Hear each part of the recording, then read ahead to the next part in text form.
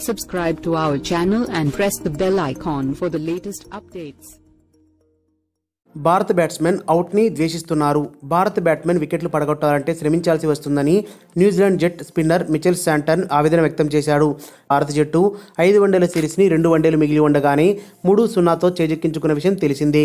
ఇక 4వ one day Hamilton వేదికగా గురువారం ఉదయం 7:30 నుంచి ప్రారంభం కానుండగా ఈ రోజు మీడియాతో శాంటన్ మాట్లాడాడు. బ్యాటింగ్, బౌలింగ్తో పాటు ఫీల్డింగ్లోనూ మెరుగ్గా రాణిస్తున్న టీమిండియా నిపిరి వేదికగా జరిగిన తొలి వన్డేలో 8 వికెట్ల తేడాతో, ఆ తర్వాత రెండో వన్డేలో 90 పరుగుల తేడాతో, మూడో వన్డేలో 7 వికెట్ల తేడాతో విజయాన్ని అందుకుంది. దీంతో ఇప్పటికే సిరీస్ చేజార్చుకున్న న్యూజిలాండ్ కనీసం చివరి 2 వన్డేలైనా గెలిచి సొంత గడ్డపై పరువు నిలుపుకోవాలని ఆశిస్తుంది. సిరీస్లో ముగిసిన 3 వన్డేల్లోనూ న్యూజిలాండ్ జట్టు అత్యుత్తమంగా ఆడింది, కానీ వరుసగా పరాజయాలు ఎదురవ్వడం నిరాశ కలిగిస్తుంది.